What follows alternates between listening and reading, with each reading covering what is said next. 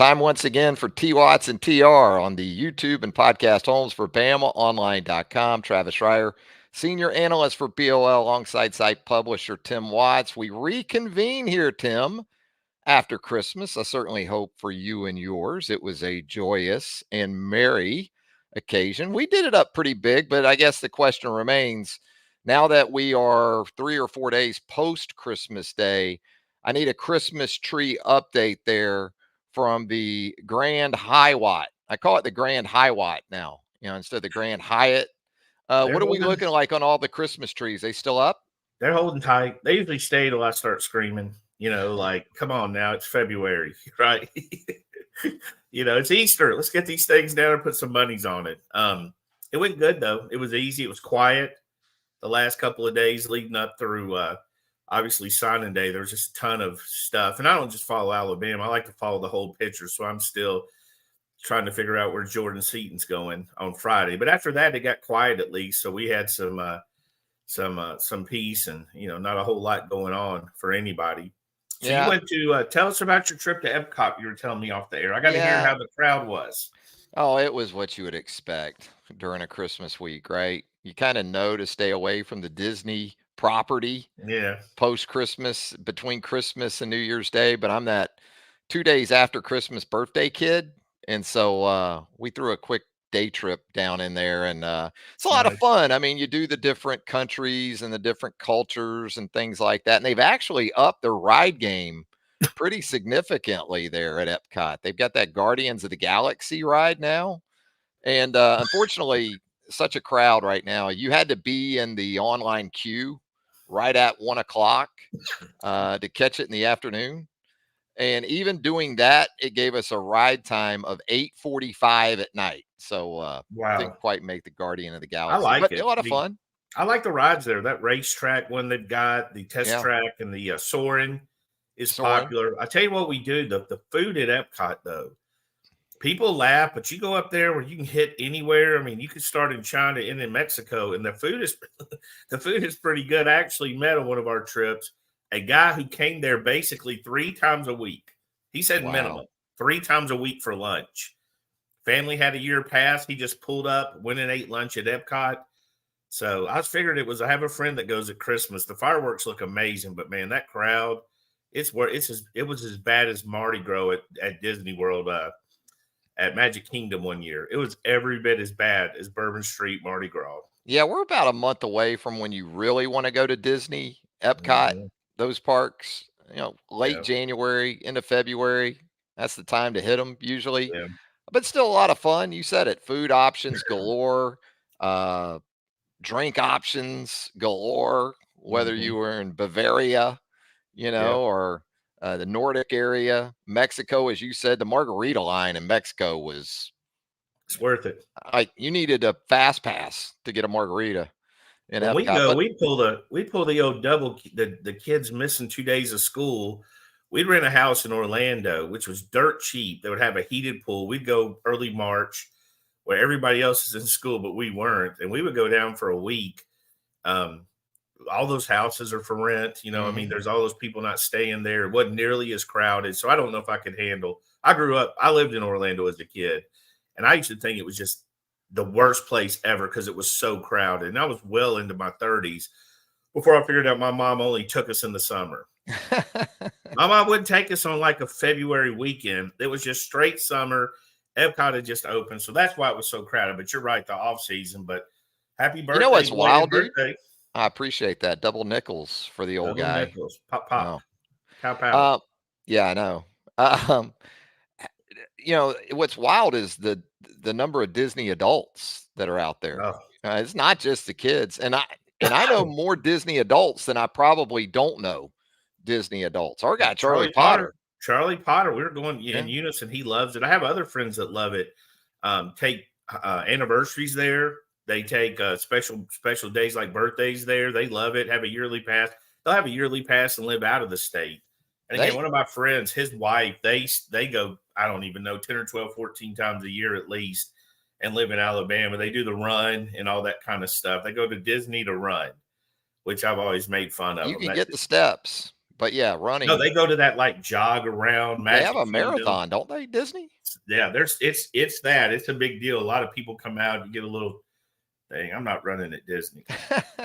Well, Disney gets it, man. They know how to get everybody's cash. It isn't just about the kids and the years. No. And that's how they keep those adults tied in like they do. They Hey, very much have the older folks in mind. First time I took the kids, I thought I probably loved it as much as they did, because I hadn't been them. I hadn't been I had not been as an adult. I hadn't went when I had my own money, moved my own pace. Heather figured out the fast pass and all that kind of stuff. So it was good. I enjoy it. Yeah, I mean, the first time one of the first times we took the oldest Evan was during the Toy Story craze. Yeah. And so the Toy Story paraphernalia, gear, all that stuff was in every shop. He got the full-size Buzz Lightyear outfit, and it had to go on right then. It wasn't one of those things we can go back to the hotel or the place and then put it on. No. It went on in the store.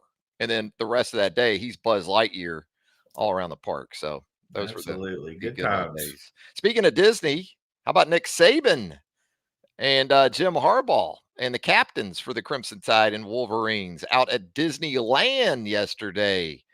Tim, picture making the rounds of those guys taking that picture with Mickey Mouse. It's quite a photo, quite the contrast there. I mean, you saw two different. Hey, and I'm not judging either one. How about Nick not putting a hand on the rat? He wouldn't touch the rat. Well, he knows that 3 years from now he could be in a lawsuit.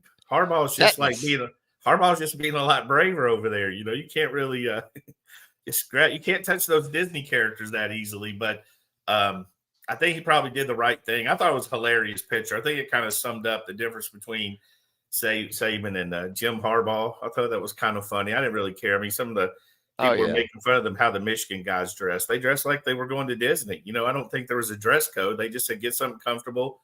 And I think they did it, but it looked like they had a good, it was a good time. It was a great photo. I loved it. Yeah, we're obviously going to get into some Alabama, Michigan talk here on the show.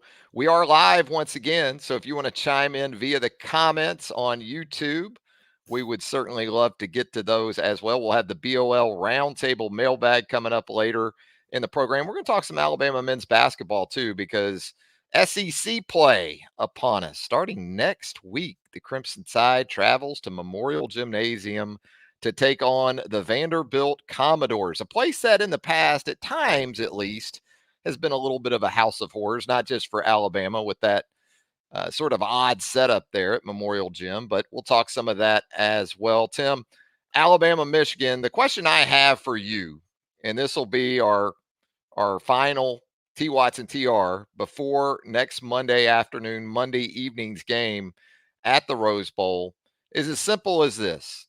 Alabama beats Michigan if this happens. I think they stop the running game. That's the low-hanging fruit, right? Keep Michigan from running, make them beat you passing. Defensively, I think that's your first goal. I think Michigan wants to establish the run. They want to be the bigger, stronger, more intimidating team. All the offensive linemen they're going to put out there and all the different looks, they definitely want to run. I think they're capable of passing, but I think it'll be a lot easier for them if they can run. So if you take away the run, I think you're giving Alabama a much better chance to win that game. It does sound simple enough. I'm kind of with you on that. I think of the Georgia game for Alabama, and I think about what they were able to do, especially after giving up the touchdown run to Kendall Milton there on Georgia's first drive. That was a 17-yard run. That was the longest run of the game for Georgia. And even with that run, Milton finished with 42 rushing yards on 13 carries. Neither of Georgia's two backs averaged more than 3.8 yards per carry in Atlanta. 78 rushing yards for Georgia in that game, 2.5 yards per carry. I think if you can get something similar from this Alabama defense against this Michigan offense, and Blake Corum, as we talked about, really solid, strong running back for the Wolverines, but a guy that's going to want to do it more between the numbers. Alabama held up just fine there against Georgia for the most part. Again, other than the touchdown run for Kendall Milton.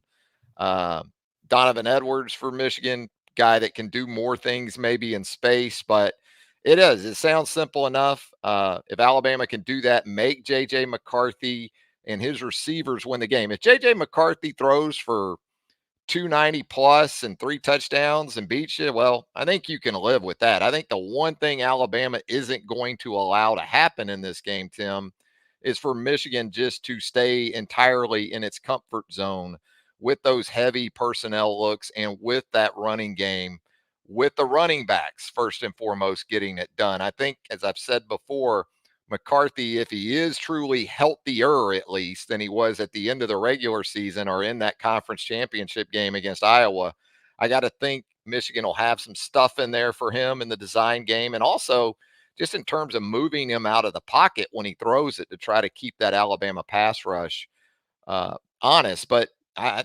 agree. I think that's where it starts. I guess I'll put it this way, Tim. I don't think it's as important for Alabama's running backs to be productive in this game as it is for Michigan's. I think if it is Roydell Williams and Jam Miller once again in this game like it was against Georgia, and you get, let's say, you got 87 rushing yards out of Miller and Williams, and that's before you threw it to him because Jam had the touchdown catch of 28 yards. You get 125, 130 scrimmage yards from your running backs in this game, I think Alabama can win it. Yeah. I don't think Georgia's offensive line gets enough respect. I think they are. How do you stack them up against Michigan? That's a lot of guys are going to go to the NFL, big guys that are used to moving the pile, hadn't really been challenged. And like you said, Alabama did a great job there. I think Georgia definitely wanted to establish the run, right? Oh, yeah. I think you don't want to come out and just beat them in the air. I think you wanted to play off the run. Alabama did a great job there. I think that challenge would be probably just equal to what they're having to face against Michigan. I mean, I know Michigan will go bigger sets and all that stuff, but we're not even counting the linebackers who are going to flow to the ball, and guys that are athletic and big. We got big guys. You got a bunch of guys in that middle to clog it up. So yeah, I'd agree with you. I think that this is a tested defensive line at this stage. Texas had a good offensive line. We've seen a lot of good offensive lines this year, right? I think LSU had some guys. So, I mean, you've seen good offensive lines. So they're tested. And again, I agree, that they're gonna try to establish that run. Now, if they come out just slinging it, I'd be surprised, but I would like Alabama's chances. Boy, Alabama's linebackers, I think, if you get a carryover from the inside with guys like Trez Marshall, Deontay Lawson, Jahad Campbell, collectively, that may have been as good as we've seen those three guys in the same game in 2023. Trez had 5 tackles, a tackle for loss, the big fumble recovery deep on Georgia's end in Atlanta. You had Deontay with 4 tackles, a tackle for loss. Jahad had 4 solo tackles. Those 3 guys against Georgia combined for 13 tackles, and 12 of those were solos. So these weren't situations where that trio was cleaning up or assisting on tackles throughout that game against Georgia. I thought they really played well, and it does start with the guys up front. I get that. And I think Michigan looks at this Alabama defensive front, doesn't see a Marcel Darius type, doesn't see a Deron Payne, doesn't see a Jonathan Allen maybe, and probably is thinking, even with one of their starting offensive guards out for this matchup, we can get some movement on Tim Keenan and Tim Smith and Jaheim Otis and Justin Aboigbe and Damon Payne and those guys. And then we can do some things against those inside linebackers as well. I don't know if I see it as much, but I got to think that's probably more the perspective from the Michigan side of things. Yeah, I mean, if I'm Michigan, I have to have some confidence at this point, that we can run the ball. I mean, you can't walk into this game and think we can't run it because you're already putting yourself behind the 8 ball. And the one thing we know about Harbaugh, he's going to be confident. I like the fact that I think he does relish these types of games. I think he's like Nick Saban in the fact he wants to play the big games and the big names in the big time settings. I'll tell you one thing I think helps Alabama as much as anybody in the country is the time off they got. I mean, that was it wasn't just physical, it was mental. They just went through a hell of a season. And I know some people don't feel that way about the SEC that we do, but I mean, we see it week in and week out, going to Kentucky, playing Tennessee, playing LSU. I mean, all the games, playing at Auburn. I mean, that's a tough game. Then turning around the next week and playing Georgia, in Atlanta. So I think just the mental aspect of 2 weeks off, a lot of dings you can get over, much more physical season, in my opinion, for Alabama than Michigan. So that 2 weeks off really helped them. And I'd say the same. Texas had more physicality than, say, a Washington. But I think out of the 4 playoff teams, that time off really helped Alabama the most. Yeah, it had to. Absolutely. And again, I think Michigan's going to benefit. All these teams are going to benefit. The 4 teams that are left from that time off. I think for Michigan, primarily to continue to work that one offensive guard position where you lost Zach Zenner there for the Wolverines. And then McCarthy with his lower extremity issue that had really eliminated him as a runner, it seemed like, over the final month or so of the regular season. And, also as an extension, kind of ways that you can augment the run game that don't necessarily show up technically as runs, right? Well, Jalen Milroe can do that as a runner. And also, I think Alabama can do that, supplement the run game with Kendrick Law. It might be a jet sweep that goes as a pass play, but if Jedrick picks up 20, 25 yards, that to me is an explosive run. Amari Nyblack from the tight end position. We know that Michigan loves tight end Colston Loveland. He's going to be a big part of this on Monday, as is Roman Wilson, who we probably haven't talked about enough as a wide receiver, 41 catches, 662 yards, 11 touchdown catches. But, from there, there's a pretty significant drop off in terms of concern level. Now, Michigan will throw it to running back Donovan Edwards a good bit. He comes into the game with 30 receptions. We've seen Alabama utilize their backs in the passing game. So, we talk so much statistically about numbers that are going to be important in this game. I think there's some things that are off of the traditional run game that are going to be very much in play as well. Our guy Tex Tider, Tim, checking in here, and he says Alabama beats Michigan if not more than 1 turnover for the Crimson Tide. Absolutely. Take care of the football. That's something Alabama's done a pretty good job of. Yeah, I agree with you. If McCarthy's not ready to go, I don't know why they just don't play their backup, right? They have a backup in Alex Orji that I heard he's really good. He's like the leading Heisman candidate going into next year. Good. Well, he's been compared. I know Harbaugh compared Jalen to Alex Orji as a more polished. Yeah. And you might see Alex Orji. We talk about ways to complement and supplement the run game. You could see him in there in some Wildcat situations for Michigan. I just don't think for Michigan, I don't think after this season, I mean, you've seen Quinn Ewers, you've seen Jaden Daniels, and you've seen Hugh Freeze, right? You've seen Jackson all of these. Hart. You've seen you've seen Lane Kiffin. You've seen Josh Heupel. You've seen some very creative offensive minds, right? I mean, just alone, Lane, Heupel, and Freeze are, 3 of the guys that are very creative. And I think it's going to be hard to trick them or show them something they haven't seen. You've seen Brock Bowers. You've seen the Heisman Trophy winner. You've seen a strong offensive line in Texas. You've seen a lot. So battle-tested and experienced, I think that strength of schedule helps Alabama when they face Michigan. I still think Michigan's a good team. I'm not taking anything from them, obviously. I think they were deserving of the 1 seed, but I do see some differences in how each team got here. You do. And Michigan offensively, as you pointed out, with what Alabama defensively has already seen, typically Jim Harbaugh teams don't give you orbit motion, don't give you a lot of motion and pre-snap eye candy to consider. Now, they'll come out and they'll shift into some different looks, but as far as sort of a mass chaos at the snap, we haven't seen that much from Jim Harbaugh teams or Jim Harbaugh offenses. Typically, they come out in 12 personnel or maybe 13 personnel and say, look, we're going to line up in different ways to run essentially the same plays. And I don't think it's an extensive playbook for Michigan on offense, but they execute it well. And, they pride themselves on physicality and just being able to get what they want. I don't think Jim Harbaugh wants to trick you. I think he would feel like he cheated if he tricks you. I think he wants to rip his shirt off and wrestle with you. I kind of admire that old school mentality with him.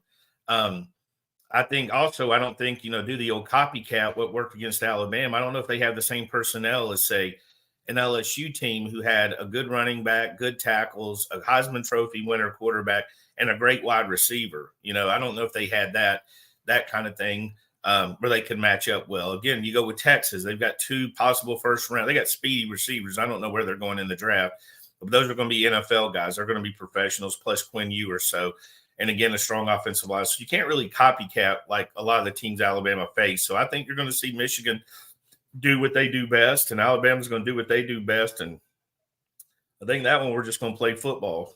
Ricky Smith chiming in here in the comments. If Alabama plays 60 minutes of football, they will win the game. Do you think this is a 60-minute game, Tim? Do you think it'll come down to that? Or do you think perhaps in the fourth quarter there will be some separation and one of these teams might be more in 2-score down catch-up mode? Yeah, I think 2-score down catch-up mode would be harder for Michigan. I don't think it's going to be easy for anybody, but I think Alabama's more equipped to score quickly than Michigan is. I mean, Alabama's passing game starts with the top, take the top off the defense. It starts looking deep and then works its way back with Jalen. So I don't expect 60. I see what he means about playing 60 minutes, which, I mean, that goes without saying. You want to play 60 minutes, but if you can beat them for 48, I still feel like you've won that game. Yeah, it's it's a matchup for Michigan given just the horrific results that the Wolverines have had in the college football playoff, man. Oh, there's a lot of motivation. There's a lot of motivation, and there's a sense of it's got to end sometime, right? It's got to go Michigan's way at some point. And I also think some of that this time, because we talked about the Vegas side of this, and we'll see with the late money. A lot of what's happened to this point doesn't even register with me from a Vegas perspective. I'm always more interested in the money that's going to come in Sunday and into game day on Monday than I am anything that's happened before that. But I do think people, Michigan, Vegas, gamblers, bettors, look at this Alabama team and think, you know what, even if this team gets out in front early of Michigan shouldn't feel a sense of panic. In other words, this Alabama offense isn't the kind that is more likely to hit you for a 21-0 run over the course of 3 possessions like we've seen from some previous Alabama offenses and put you in sort of desperation mode before the end of the first half. In other words, Michigan should be able to stay true to who it is for longer in this game, even if it isn't in a position of being in the lead throughout. Yeah, I agree. I mean, I expect Alabama to take some shots early, see how their cornerbacks match up, their safeties. I'm still looking at Black, a guy like that kind of sneaking in. Kobe Prentice is a guy. I mean, you start scheming for Alabama, I think you're looking obviously at Isaiah, you're looking at Burton, those kind of guys. But I don't really think you're going to defend Burton. I think he's crafty. I feel the same on Bonds. I don't think you're shutting him down because he's shown to us that he's a safety blanket. He's coming back. He's going to protect his quarterback. He'll come back to the ball. He'll work to the ball. He'll fight for the ball, which is half the battle for any wide receiver quarterback. Being able to go up there and defend his quarterback's passes. So you look at small guys like not small guys, but lesser known guys that they're probably not focused on. Amari Black, the backs out of the backfield. CJ Dupree still has that big game potential. Kobe Prentice, a Jalen Hell. Will somebody like that step up out of the blue? Because there's another month of reps, right here. There's another month of reps, a chance to catch your breath and kind of work yourself into it. We talk about turnover margin, and that's typically a given. But here's the thing about this Michigan team, and especially on the back end, is when this team has intercepted passes this year, they've done a nice job of returning them for touchdowns, similar to what we've seen from Alabama defenses in the past. You got a guy like Mike Sanderstill on the back end, not the biggest guy in the world at 5'10", about 180 pounds, but he has 5 interceptions, same number as Terrion Arnold for Alabama. He's returned 2 of those for scores. 2 other Michigan defensive backs have interception returns for touchdowns as well. So it's not just about taking care of the football. If you do throw an interception against this team, you better be ready to cover it because they have shown an ability to get into the end zone when that happens. Hey, Tim, we've been hearing some rumblings. I know you have, especially about some of these early enrollees, these bowl practice attendants that have already made some strong impressions on not just teammates, new teammates. We heard from Malachi Moore, but I know you've heard even maybe from a coaching perspective that a couple of these guys are already showing that they were very deserving of the high rankings that accompanied them to Tuscaloosa. Yeah, well, early on, I was hearing about Caleb Odom, the wide receiver, tight end, wide receiver, matchup problem from Georgia. He's there early practicing with the team. I'd heard some really good, when you hear the offensive guys being talked about by the defensive guys, it's always a good signal. Well, then Andrew Bone called me, and we were talking yesterday. So we're about to do a nugget on how good Caleb Odom had looked and Julian Sayin. That's just the two constants, how well they've done, how great they looked. We reached out to Charlie. Charlie said, hey, Malachi just said the same thing. So we threw a nugget out. I mean, it's obviously not a hidden secret. Apparently these guys are up there doing work and showcasing who they are. Now, we knew Caleb, very highly ranked by Charles Power. I mean, he's got him 28th in the country, higher than anybody else. But 6'4", 220, a matchup problem, that flex tight end that can line up just about anywhere. He's kind of that hybrid tight end wide receiver. Ole Miss really wanted him, told him he's a wide receiver. He doesn't really have that ride out speed, but boy, he's going to be a problem wherever you put him. You get him on a mismatch with a linebacker or even a safety, and it's going to be issues. So it's good to hear he's doing really well. And then Julian Sayin, Alabama's quarterback commit. And again, I don't think we applaud Julian enough because literally he committed and there wasn't an ounce of drama with him. And with quarterbacks, there seems to always be drama, but had a huge year, had a fantastic year. And then, to hear that he's doing well out there, that's another feather in his hat. And again, a sign of maturity that we knew that was going to come with Julian, kind of that mentality you want with, you've seen it with a lot of Alabama quarterbacks coming in serious, ready to play, knowing the playbook, all that good stuff. Yeah, boy, you think about the future of matchup issues that this offense could pose for defenses with Caleb Odom and Amari Niblack potentially on the field together. And you could essentially be four wides in that look with a running back, and technically you would be 12, one back, two tight ends. But with what both those guys bring to the mix, that can be a tough decision for a defense to make in terms of, okay, do we go with nickel against that? Do we go with dime? Yeah.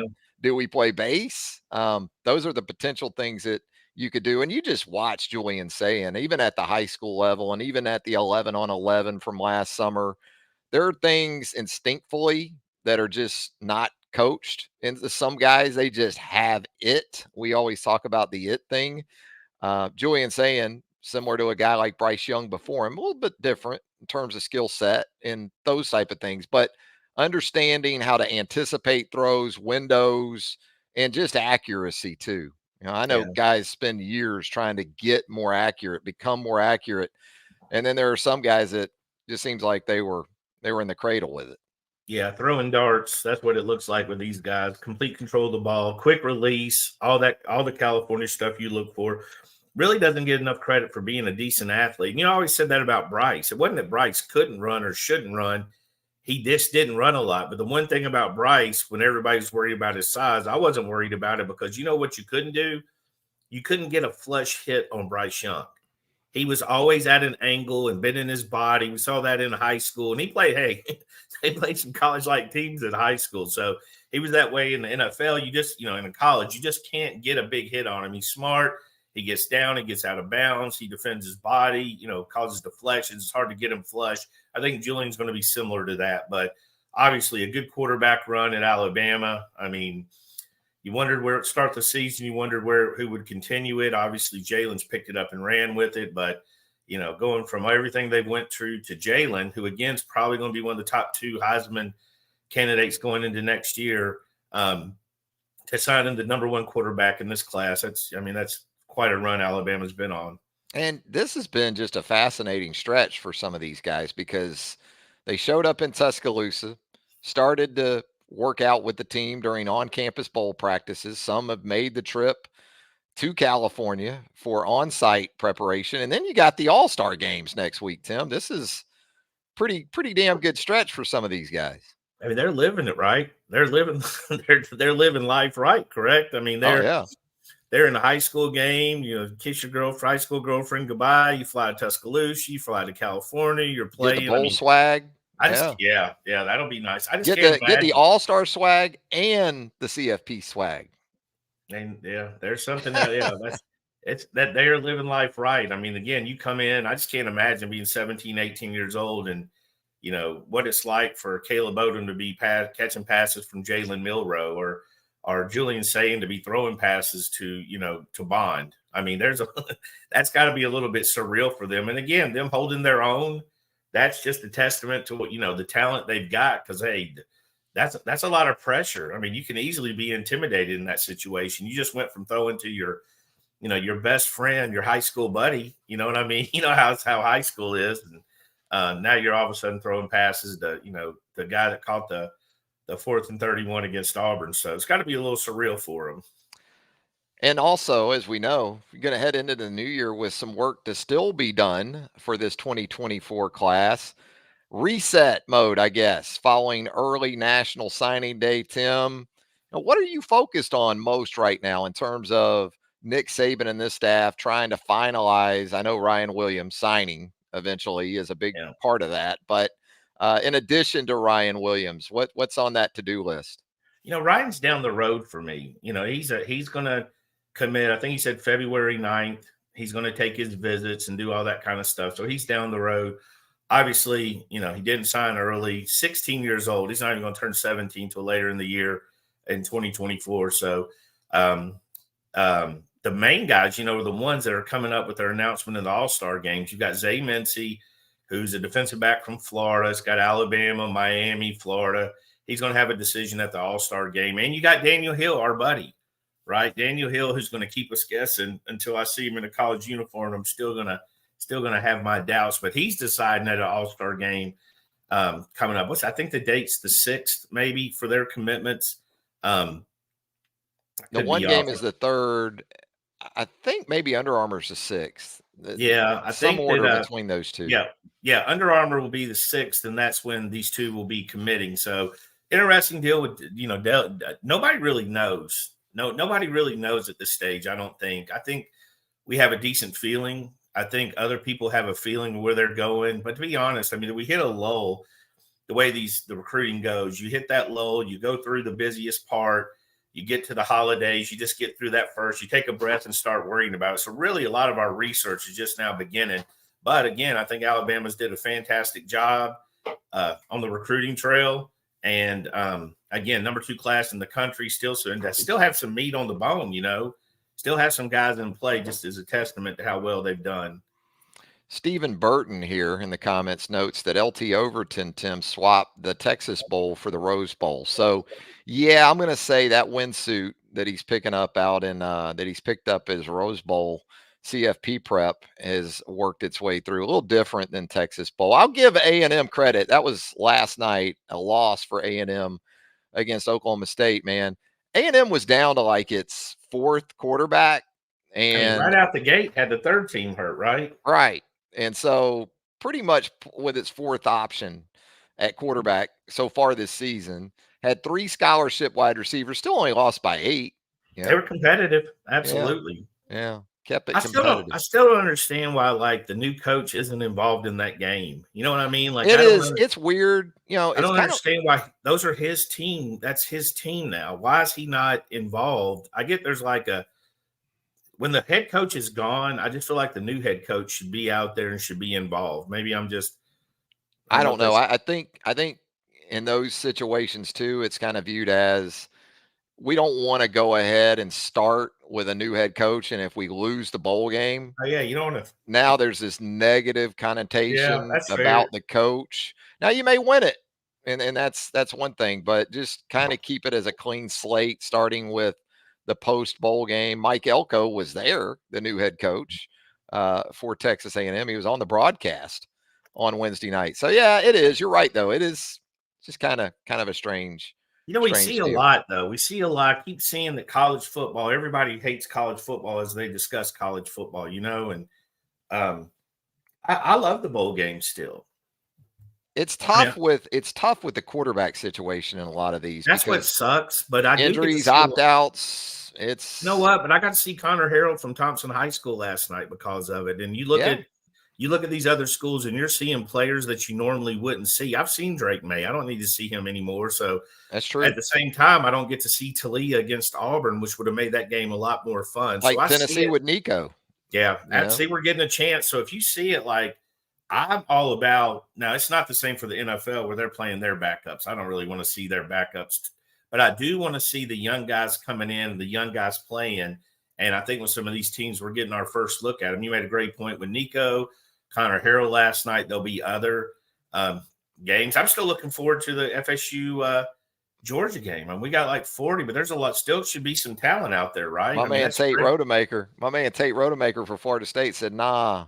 See, I don't understand. I'm not staying with y'all bringing in DJ and Cam Ward and all these guys on official visits as transfer portal guys. I still think you stay and get that tape, though. I still think that you stay. I agree. I think he should have stayed. I think he should have stayed and played. And even if he told Norvell, look, I'm going to play the bowl game, but I'm in the portal. I'm going in the portal.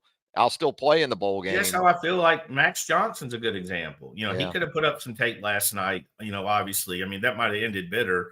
He was beat up a good bit. I think Max and his brother already had their landing spots figured out. That felt like North Carolina all along for both those guys. But you're right. I think in a lot of instances, there are guys that can still help themselves.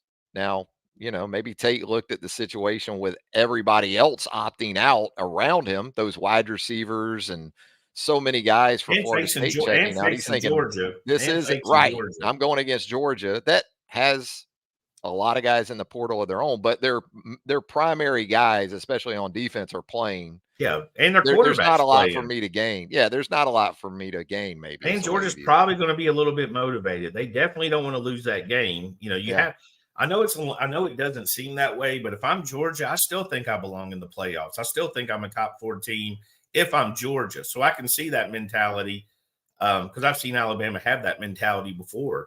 You know, last year, for instance. So I think Georgia still wants to win that game. And I still love the bowl games. I was loving USC and Louisville last night. No clue how Louisville couldn't score on FSU at all. No clue how they lost to USC, which I didn't even. Yeah, I mean that was a sub quarterback. FSU couldn't really score offensively on that Louisville team, and Louisville and USC's third, whatever it was, team quarterback lit them up, 5 or 6 touchdown passes or whatever it was. He looked like the Heisman Trophy winner out there. So I still love it. I still think there's stuff to prove, stuff to see. Plus, we don't have the ball games. What the heck are we going to do? Exactly. We got a lot of them today, man. I mean, starting basically this morning, almost right now, going through midnight. And I'll watch them. You know, I'll definitely watch Oklahoma, Arizona tonight in the Alamo Bowl. I'll be interested in that. I'll watch the 2 early games today because they're playing them at Fenway Park and Yankee Stadium. Some of these venues capture my interest because they're not traditional, maybe football venues like Fenway Park. Yeah, absolutely. Some of that I'll at least tune in a little bit just to see the setup. You know, like when Northwestern plays a game at Wrigley Field. You know, I'll check that out for a few minutes. I mean, tomorrow we got Clemson and Kentucky. We've got Ohio State and Missouri. You don't want to see those games, Ole Miss and Penn State. Yeah. Nobody wants to see that. If Talia was playing in Maryland, that would have been a fantastic game to watch. Still should be a good game. Yeah. But they're watching. I mean, people are still watching. And a lot of that has to do with people are still betting on football. Yeah, sports are changing. I'm not quitting sports because they're changing. They've always changed, you know. That's a good point. It's always changed, and everybody's always griped. But I still think that as frustrating as it can be, it's still a great product. Let's talk men's college basketball. Nate Oates' team gearing up for the start of SEC play, going to host. Well, actually, play Liberty in Birmingham as the CM Newton Classic annually takes place at Legacy Arena. That should be a good one. Liberty coming in as a 3-loss team. Had its hands full a little bit earlier this season with a very good Florida Atlantic team. As much as anything, this game should be about Alabama gearing itself up for SEC play, coming off a 44-point win over Eastern Kentucky. The Tide scored 111 points in that game. Not to be like desensitized about something like that. I've seen Alabama score a ton of points in games this season, even against really, really good competition. I think for Nate Oates and his team, it's going to continue to be about really the ceiling that it has defensively. And we talked about this on the last show, as far as what's the true potential for this team. Has it already kind of limited itself out in some ways, Tim? A lot still to get done before SEC play starts next week at Nashville. Yeah, I mean, they got 3 games coming up they should win. They really need to win all 3, 7-5. Liberty, well, neutral floor with Liberty, at Vanderbilt, and South Carolina. None of those teams, they have decent records except for Vanderbilt. None of them are really battle-tested. I mean, you look at some of these teams, they don't, South Carolina hasn't played anybody but Clemson where they lost. Very competitive, so not tested. You look at Vanderbilt, who was really good against Memphis, ended up losing that game, but they haven't got a big win. They've got losses at home to, several average teams. So that's 3 games they can win. And you got to win those games right now. You got to hit the bunnies because you're coming up at Mississippi State, Missouri, at Tennessee, and Auburn. It's going to be a pretty good 4-game stretch where, you're hoping to at least go 2-2 in that worst case scenario. So you want to be at 10-5, coming out of that at 12-7, and trying to position yourself in the SEC in the tournament and, in the big tournament as well. Yeah, Vanderbilt, it's kind of amazing to me. Jerry Stackhouse hangs on there. Obviously a legendary player at North Carolina and in the NBA, but it just hasn't consistently clicked for that program under his watch. And we talked about it earlier, not a fun place to play, but this is a 4-8 Vanderbilt team. You said it, coming off a pretty strong performance against a really good Memphis team in a loss here recently. But it should be a winnable game for Alabama to open SEC play. And you also said it was South Carolina. I think South Carolina 11-1, and that one loss was Clemson. So other than that, not much of a schedule for the Gamecocks to this point. So it gets started. You look at Vanderbilt's schedule. They have losses to Presbyterian, which I didn't even know was a thing. San Francisco without Bill Russell. The Dons. West Carolina. There's some bad losses, not any really good wins. Now, again, they were very competitive at Memphis, who's a ranked team and doing really well. But I think that might have been Clemson just sleeping after having played a pretty good schedule to get there. But they had a chance to win. Ricky Smith checking back in here in the comments. He says Alabama's basketball fans are spoiled. We don't have as good of a team this year. Well, at 7-5 compared to some previous years under Nate Oates, I think that's safe to say. But again, who knows what this team might be in March. I do think, and we talked about this before, I think that this team defensively kind of is what it is, especially from a personnel perspective, Tim.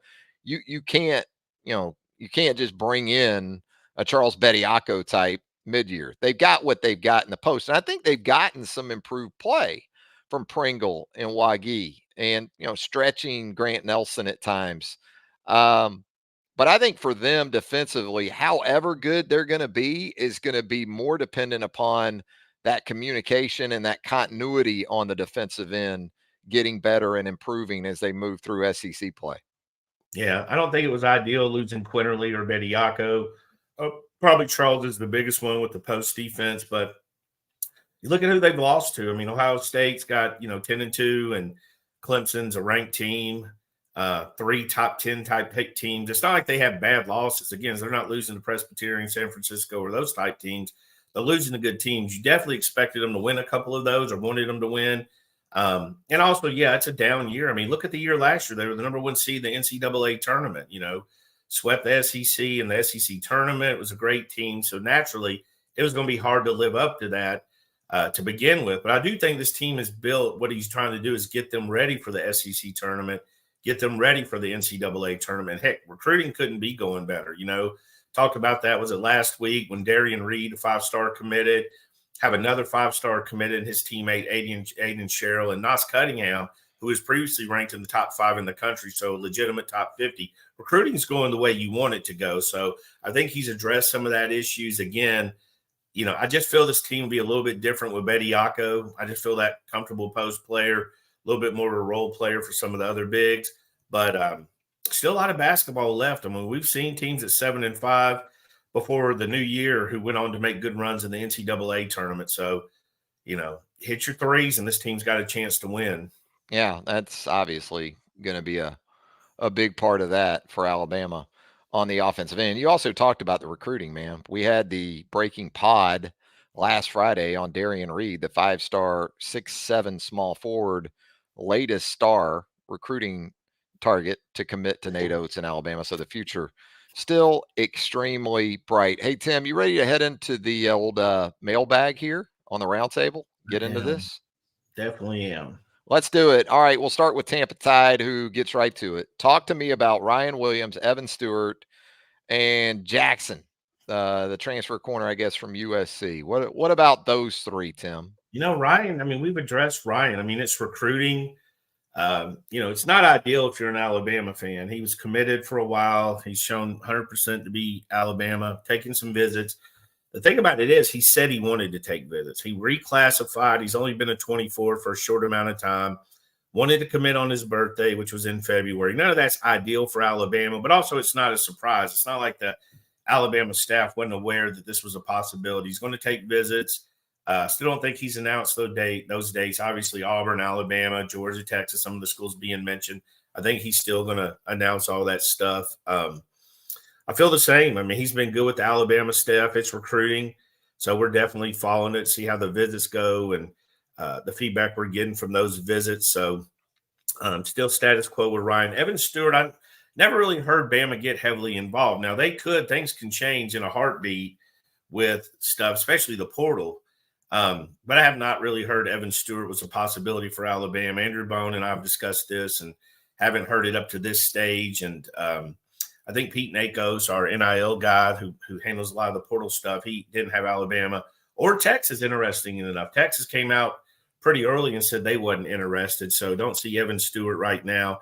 Damani Jackson, I think there's some smoke there with Alabama. How much? I don't know. Damani's a different guy now. He's a California kid in every sense of the word. And no real list. I know Alabama's one of the schools that he is considering. No real list of who else he's considering. It's been very quiet. So I think with the portal now, it's a tough time for Alabama because you know how this team is under Nick Saban. They're focused on this game Monday. They're not really as focused. Not saying they're not recruiting or talking to other people and stuff, but they're focused on this game. And I think that'll continue to be the focus. As we move along here, Rut 55 in the roundtable mailbag. Who is recruiting the Mobile area for Tim, for Alabama, Tim? Kevin Steele has that area, but we've seen a lot of people chipping in. T-Rob, he's one that certainly helps out. Freddie Roach is one that helps out. I think a lot of the position guys are jumping in. Eric Wolford, I think it depends, when it comes to the position, I think you'll hear him talking to him a little bit more, but Kevin still has that area. We're going to see what happens next year. Because they'll shuffle these areas pretty consistently, but obviously that stretch from the Montgomery to the coast in Mobile is a priority for everybody. Also, Rut 55 wants to know, what movies did we watch over the holidays? With Tim, you got to ask the question more of which ones did he not watch, because he watches them all, right? We watch them all. We watch as many as we can. We're probably in the 30, close to the 30 range. They're good movies. It's not like, watching Scrooge with Bill Murray's, that you can watch that in February, right? It's Bill Murray. And, most of those movies you can. Christmas Vacation, you can watch that in June, right? Some Christmas Story, I wouldn't really watch that outside of Christmas. That's not my summer watch list. But yeah, we watch them all. I thought they were, they were streaming almost everywhere free, which was good. When I put a list together, they were all streaming free. So we love it. Watched them. Have moved on from Christmas, enjoyed the run. We usually hit it Christmas Eve, get that last one in, and kind of move on from there. We kind of hit the staples. Christmas Vacation is an annual watch. There's never a doubt about that. I went down a Less Than Zero rabbit hole, though. How about that for an 80s flick? I think it's a Christmas movie because Andrew McCarthy's character comes home from college after the semester in fall. You got Robert Downey. It's a real inspirational Christmas movie, Less Than Zero, Tim. That is not for your children. That is Jamie Gertz. Jamie Gertz in her prime. She was back in the day, Lost Boys. She was quite James the smoke Spader. Show. Oh, he was awful. James being his perfect creepy self. Yeah. That was that's an 80s movie. I tell you, there is a Christmas movie along that same line of called Kiss Kiss Bang Bang. Oh yeah. Yeah, that's a great one. Val Kilmer is unbelievable as a gay detective, like tough guy. Robert Downey is hilarious. In all of those. Yeah, Robert Downey was basically in every movie. I'll tell you who's in a lot of movies. Kevin Hart. Dude, when I'm watching an old movie or a show, Kevin Hart, we're rewatching Modern Family. And Kevin Hart was the neighbor. I forget he was in like a billion things before talk about paying your dues. That guy paid his dues in a million small little roles. But anyways, that's sidetracking. Yeah. Oddly enough, I don't think Kevin's in a Christmas movie, which feels like he should be. Yeah, Less Than Zero came out in 87. And I don't think cocaine was just a prop on that set. No, movies. I'm not sure Robert Downey knew they were filming. He was the perfect Julian. His character I think Robert was just living his life. Yeah. I think that was just day to day. There was no method. There was no method acting involved. He just showed up. That was the Robert. That was the wild. It's amazing, dude. God bless him, man. It's amazing he's alive, but he's not just alive, he's thriving. Yeah, exactly. I didn't have him. Props to him. Charlie Sheen, not so much, but him, Robert. He stayed on the top of the game, man. Mm-hmm. Absolutely. Tex Hyder, our pal, checking in here in the roundtable mailbag. Is this the game Kendrick Law's jet sweep turns into a decoy for the Kendrick Law deep route for a TD? He wants like jet sweep action, Tex Hyder does, to Kendrick Law, and then just keep him running on like a rail concept or a wheel concept out on the perimeter and down the sideline. We'll see. I mean, you're going to have to protect pretty well to give that time to set up. But I do think, as we talked about earlier, and I've talked about on previous shows, I think this could be a Kendrick Law kind of game, Tim. Yeah, I think he's one of those, we talked about him earlier, and I probably should have mentioned him, but he's one of those hidden factors in there. We mentioned Nye Black or Kobe, guys that you don't talk about enough, but he could be a matchup problem. I mean, a big guy, he can run, hard to bring down, to do a lot of things with him. Really, he's a guy that you got to struggle to figure out how to get him in the offense, right? You got to work to get Kendrick in because he's not your classic receiver lined up. He's not your classic running back. He's not an H-back, but you could use him basically in all those roles. So that could be a guy. He could be a problem. Just a lot of options, though, when you look at it. I mean, again, we've talked about it several times, but those running backs out of the backfield, again, you got to, improvise or call in those plays. Maybe something like that, line him up in the backfield, have him coming out on a wheel route from there. But, when he's in motion, you got to pay attention to him. Yeah, it's schematic versatility that, again, I like for Alabama in this game, more so than Michigan. Maybe Michigan will surprise me with some of that. But for me, I look at these teams and I think about guys like Kendrick Law. I think about Amari Niblack, the way you're able to use Isaiah Bond inside, outside, those receivers in general, what you're able to do with Jalen and his skill set between his legs and his arm. I think that's an area where Alabama has a pretty sizable edge in this contest. Crimson Rider 11 here in the roundtable mailbag. All he wants, Tim, is the quarterback depth chart for week 1 next year and to obviously factor in guys you think may transfer out. Boy, there's got to be somebody. We know Tyler Buckner's moving on, but beyond that, the potential for movement with the existing room, because as we talked about earlier, the buzz is real, it seems like, for Julian Sayin. Yeah, I think that's probably, and this is not a guarantee, I think that's something that could be decided more as far as who could leave after the spring game, right? I mean, you're here this long, you've worked this hard, they have another portal window, there's not really a super rush to get into it. A lot of the starting type quarterbacks in the portal will be filled, right? You're going to see Cam Ward, you're going to see all these guys filled in there. So you kind of have a little bit more where you go and set your feet, not necessarily going as a starter. If I had to go with just the roster now, I mean, this is tough. This is crazy tough because I just haven't seen Eli Holstein enough or, really asking a lot about him. But I definitely think it's going to be Jalen and Ty Simpson 1-2 if Ty's there. I think Ty showed us enough this year that we know he's got the talent. He's got a couple years of experience there. He has a couple guys chasing him, been on campus a year. Julian's been there a few weeks.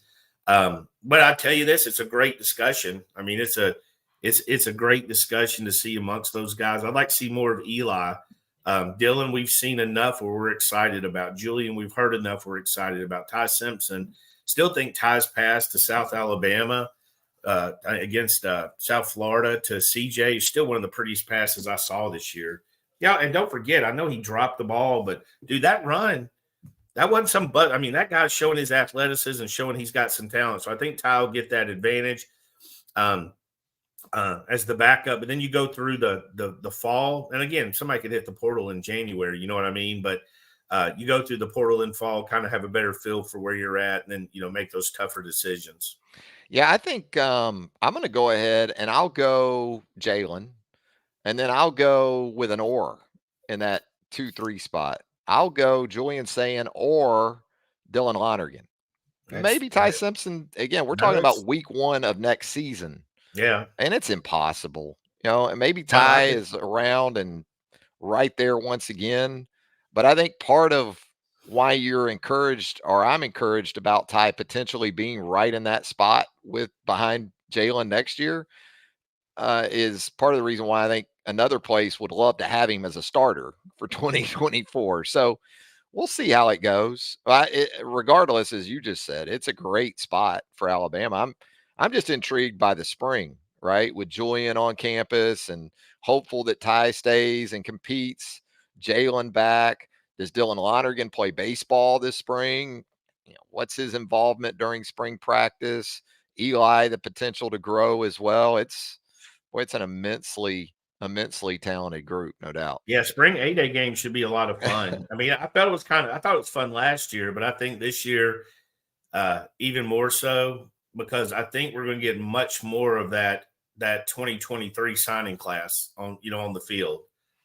Those guys have been, we saw Caleb, we've seen Proctor, but there's a whole lot of guys chomping at the bit who are now moving into that role. Keon Keeley, possibly, Yanze Pierre, got a couple of edges leaving, guys that want to go in there and compete. So, I'm excited to see Overton.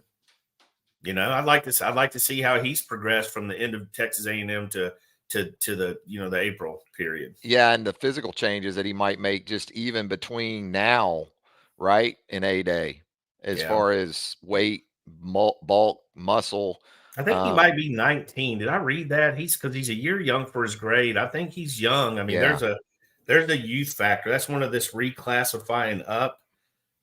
We're used to like seeing 19-year-old senior quarterbacks, but seeing 19-year-old sophomore defensive lineman's a new one. Bama 22-12 here in the mailbag.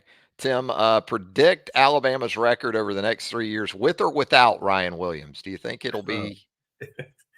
I think Ryan Williams is a great player, but I think Alabama's record is going to be kind of similar. You think? I think so. I think they'll be all right. He's a dude now. He is. Yeah. But but I think this hasn't been a program at Alabama contingent upon one player.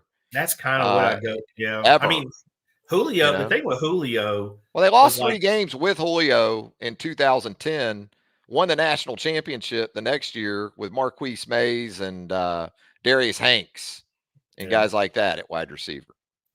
Kevin Norwood. I mean, Kevin Norwood in the championship game, huge off the bench. I mean, he's a great player, but there's no player that Alabama committed in this class that I think that would affect the entire record over a 3-year period. I do think Ryan's special, though. I mean, he's a talented guy. But I also think they've got some other guys on campus who are talented. I think they'll recruit guys next year who are talented. Well, the Stewart situation to this point tells you, right, how they feel about guys, not only that they have on campus, but that they signed a week ago or so. And then also Odom, who you kind of factor as a hybrid guy. I think the question was trolling us a little, and it's funny. I don't even know the schedule for 3 years. But there are people who legitimately feel that way, I think. No, they are. Look, this is normal recruiting. I've seen so many gotta haves. Clay Webb was a gotta have. Literally, nobody would ever admit this.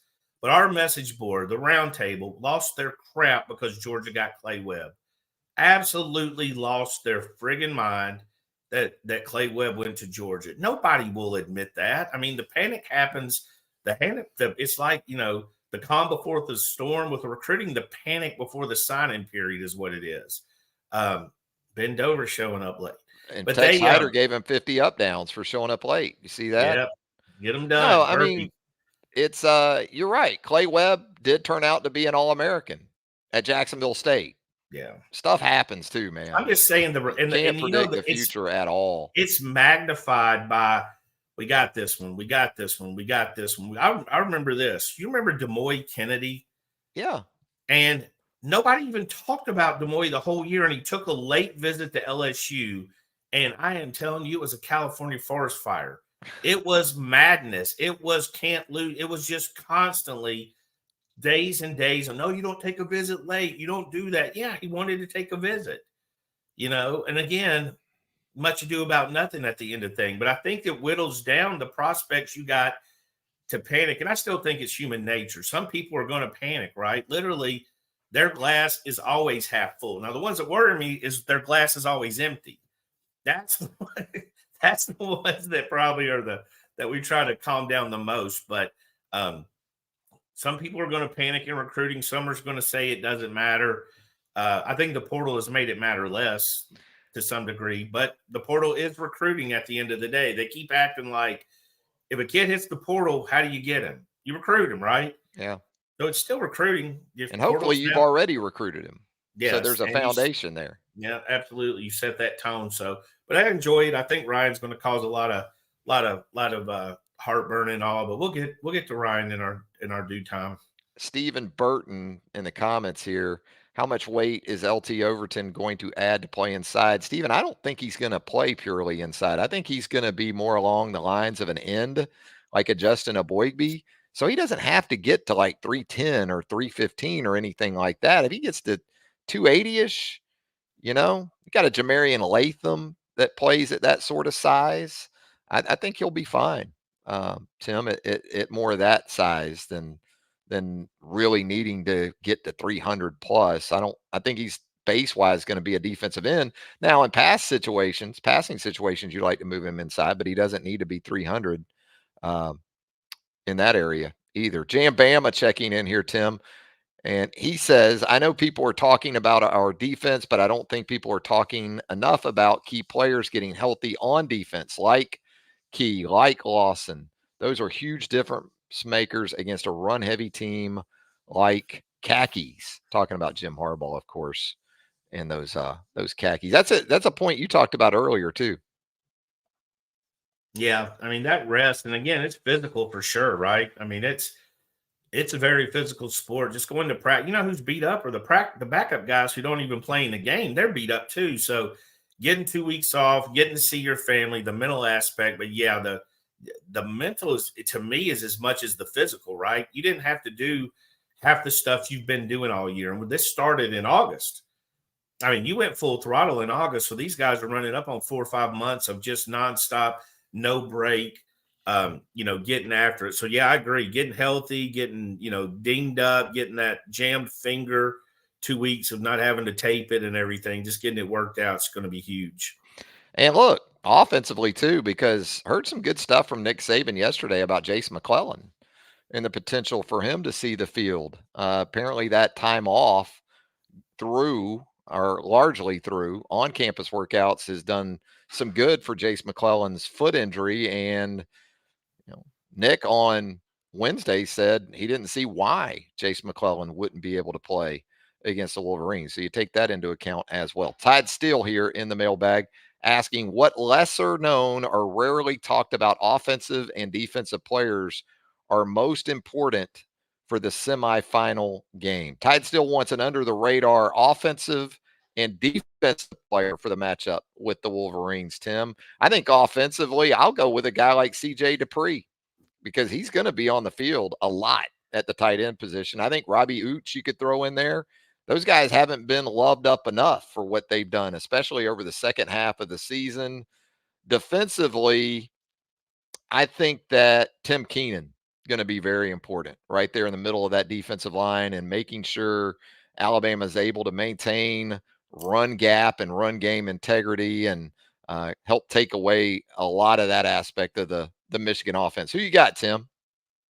He's been talked like, but I got Seth. I got Seth figuring out his snaps, ironing that down, keeping that snap clean for Jalen to keep his eyes up. Hey, I thought Seth did a really good job of blocking this year. The more I watch the games, and I think he's in a rush to get some of those snaps off, but having him, consistently get that ball to Jalen so he can, catch it with his eyes up and look out there. Defense, I can't really think of anybody we haven't talked about. I think your Tim one's a really good one. Timmy Smith could be huge. Timmy Smith penetrating that backfield. Safety's coming up, obviously a healthy Kool-Aid, all that good stuff. Yeah, Boygby would be up there. I mean, we're talking defensive line essentially, because so much is going to be made of the linebackers and things like that. But as we talked about earlier in the show, man, those guys up front, the Keenans, the Boygbys, guys that, are at least 2 down guys, are going to be very important against the Wolverines. He also asked, Tide still does, is this season a success, Tim, for Alabama, regardless of the outcome of the playoffs? Does it already qualify as a success in your eyes? I mean, it won't for some fans. I mean, it's the I like to compete. I expect perfection. I didn't edge my yard right crowd. I mean, that's, to me, I don't see how you can't see it. I mean, Nick Saban considers it a success. I don't think you want to lose at any point. You didn't want to lose to Texas. You want to be in the playoffs. You want to beat Georgia. But any year you avenge, basically, you avenge Georgia. That's just that beating Georgia in the SEC championship game is huge for a dozen different reasons, including recruiting and the rivalry that's going on. You also avenge 2 losses from last year. Josh Heupel in Tennessee, and obviously Kelly and LSU. You've avenged those. You made the college football playoffs. You got the number 2 class in the country. You got more guys to recruit. You got a whole lot of talent coming back on offense. I don't see any way in the world it's not a success based on how you do in the playoffs. I mean, we know Michigan's a tough team. We know Texas is a tough team. We know Washington's a tough team. I mean, I would say all 4 teams in the college football playoffs have had successful seasons, and they're probably all going to be pissed if they don't win the national championship. I agree. I think it's a success already. You win the SEC, you snap Georgia's 29-game win streak. I'm also of the understanding that given what we've seen from this program under Nick Saban, a lot of people have the perspective of national championship or bust. But I don't think I will have that same sense or that same feel like some folks do, because especially in relation to teams like 2018, right? That team seemingly had it all, or even 2016 when those teams came up short. That felt empty at the end of those losses to Clemson in each of those games. I think it's a success already. I think it's a huge building block to something perhaps even greater in 2024. So if you do win it this time around, boy, it almost feels like gravy in some ways. Yeah. But I think with the way it's set up for Alabama, there's no Georgia to deal with the rest of the way.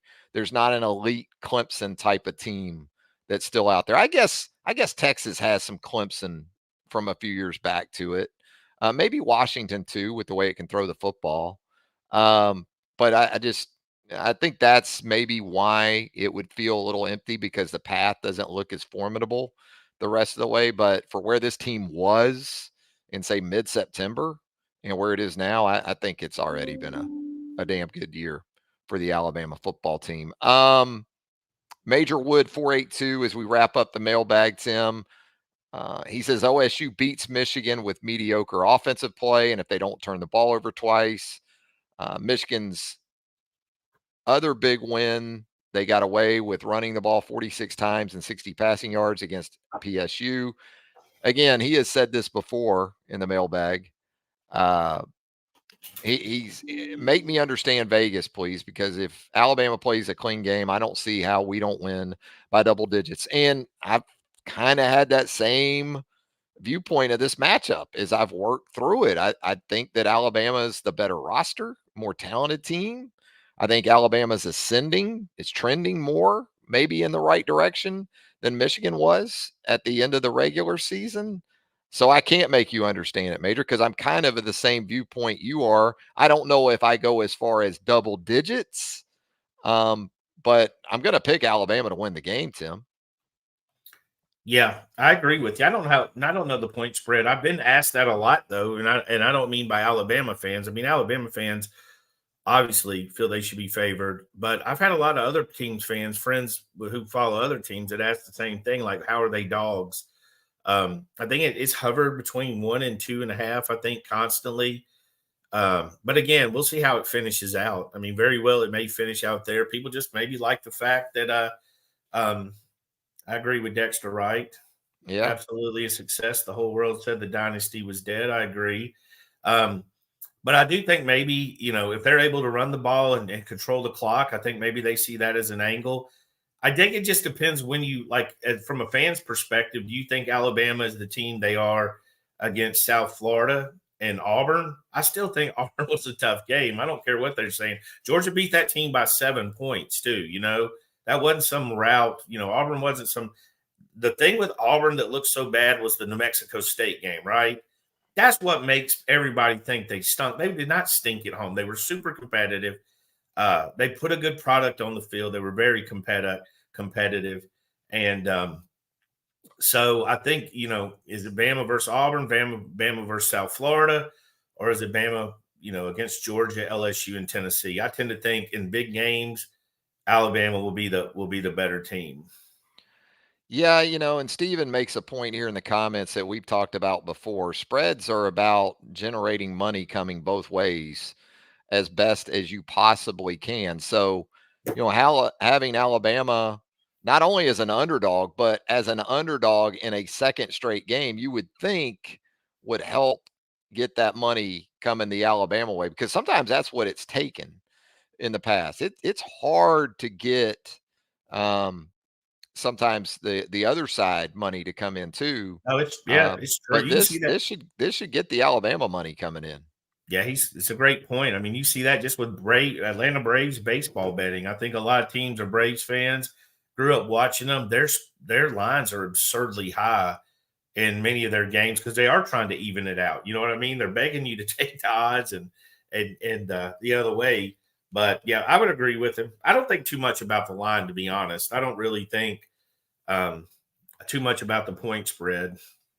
Yeah, and we will get back to Tide here as we wrap up. Which area of the offense in Milroe's game benefits most from the extra time? I think the health of the offense in general, and we talked about it from the Jace McClellan perspective earlier, who it seemingly has helped. At least that was Nick's comments on Wednesday. For Milroe, just he continues to grow, it seems like, on a daily basis. So every rep he gets, not just for himself, but with the guys around him, understanding protection, not just connecting with receivers and those kind of things, but decision making in real time as it relates to side adjustments in the passing game, or do I run? Do I hang a little bit longer in the pocket?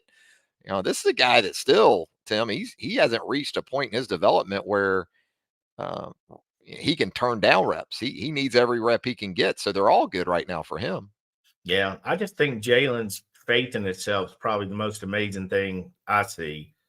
Definitely will hold the ball too long in the pocket. We've seen that, but that was better than him escaping the pocket when he had a pocket, right? Going out, leaking out that back end. But to me, what he's done the best, the most impressive thing he's done, again, we've talked about this several times. What does he do, in the forest fire where he finds, in the Kentucky, you find Roydell out of the backfield. And again, I can't remember the game. What you always remind me, LSU or Tennessee on the sideline, surrounded by 5 guys, and hit the running back. I think it was Jace or Jam up the sideline for a huge play. I think that was Tennessee. It was Tennessee or LSU. He was literally had a pocket. Yeah. And he just then he did something similar with Isaiah Bond in the Georgia game. I mean, it's those things. There's no plan for that. You know what I mean? That's not part of the offensive plan. That is just him improvising and doing it in a safe manner. Brett Favre would improvise. Jalen's not like taking extreme risks. He's been smart. I mean, run against LSU where he looks off the DB and then cuts it inside. I mean, the guy's crafty. I don't think we give him enough credit. And I think experience, and we said this early on, experience for a quarterback is everything. Mm-hmm. It's everything to see that fake blitz or that XD, that DB. And I see them they get NFL guys all the time. So Brock Purdy last week, I don't know how many he threw, 4 or 5 interceptions, but it wasn't pretty. Yeah, they'll get you. Do you see that bet on a side note? Some dude bought a massive bet about Purdy being the MVP favorite. Did you see that? Yeah, that was slip. Yeah. Now it's pretty much. It seems like it's Lamar. I mean, it could change, but I mean, he Lamar's like been Lamar on primetime stages too. I know it was my Jags, but he got it done in Jacksonville, and then that performance against the 49ers.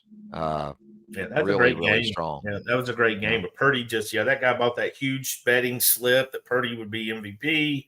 Fooling his money, right? Well, he bought a future, so he bought the slip from somebody who made the bet, so that guy cashed in. Oh, okay. Yeah.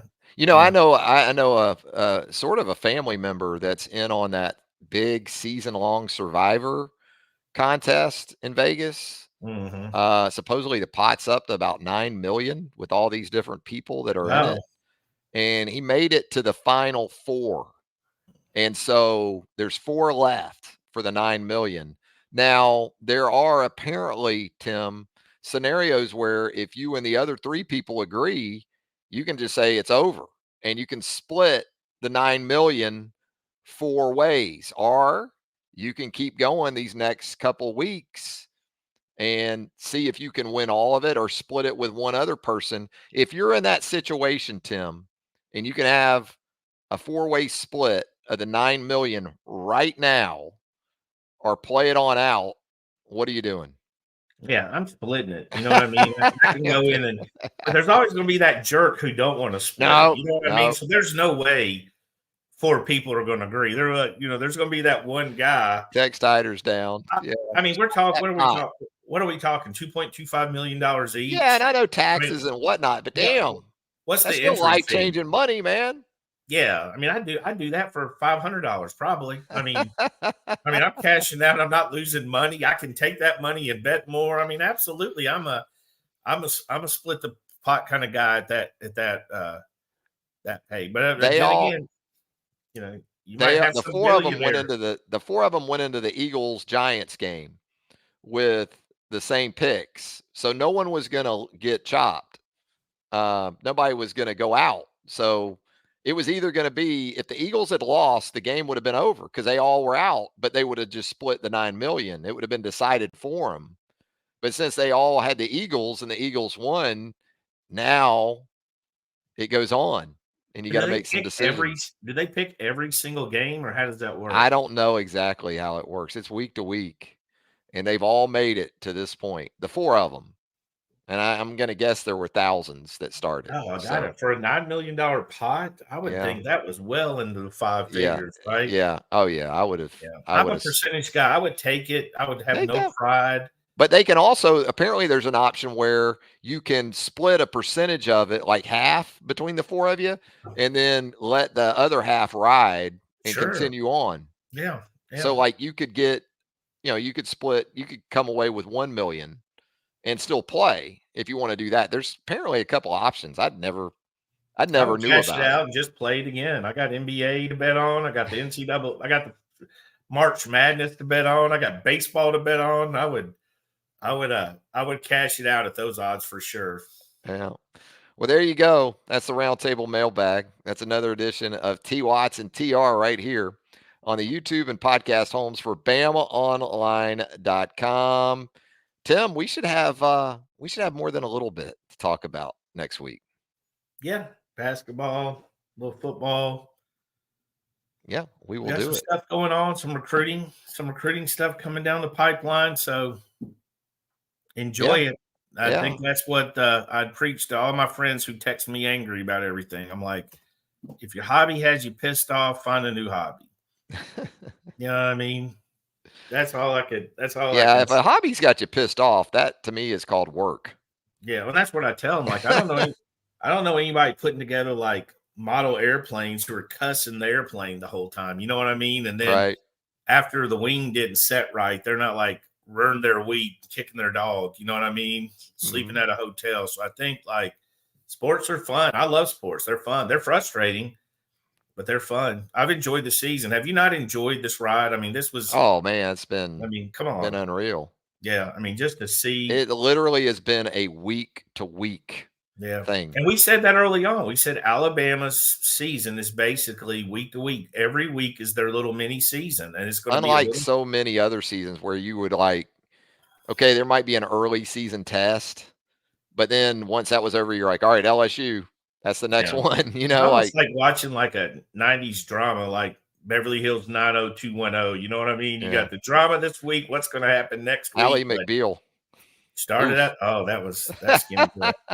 Started at the bottom. Now we're here. So Fox had it going, man. Fox had it going with the drom-coms, the dramas for a while there. I never forget when it hit me. Like the girl Andrea on 90210 is like 38 years old. Yeah, well, I thought she looked like it even during the show. I thought she was a teacher. Yeah, she was. I thought she was a narc. I thought she was a plant.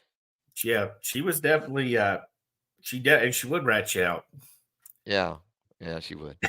But we've had a lot of fun, as you might be able to tell. We've kind of covered the gamut. I think some of it appreciated, maybe some of it not so much. But hey, that's what we do here on T Watts. We do what we do.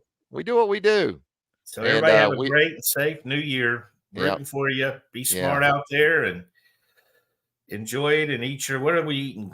Black-eyed peas, for sure. Cornbread and ham. Yeah. You got to eat turnip greens. Some will eat collards. Yeah, gotta get you. Absolutely. You some. It's been a great ride and looking forward to 24.